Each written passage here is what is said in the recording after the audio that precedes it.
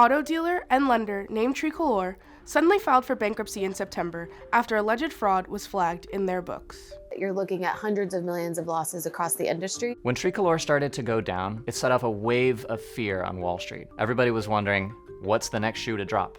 The credit market has stopped buying some of these subprime auto loans, and investors have started pulling away from more risky borrowings. Tricolor was a car dealer and a lender, meaning if you showed up to one of their dealerships, you can also get a loan there, and that meant that Tricolor didn't have to rely on outside parties to give people loans. Its subprime customers were paying higher rates. That's one of the reasons private equity was interested in this kind of lending. It was giving yields that were not seen in other parts of the market. Between 2018 and 2021, the company's dealership network grew by nearly 50%.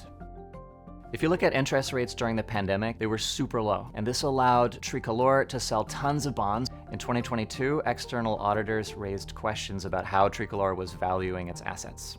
A couple months ago, a junior analyst working with JPMorgan flagged there was trouble with the collateral backing the loans, including some of them being pledged more than once. Double pledging meant that one car was used as collateral for multiple loans because Tricolor was buying and selling at such a fast rate.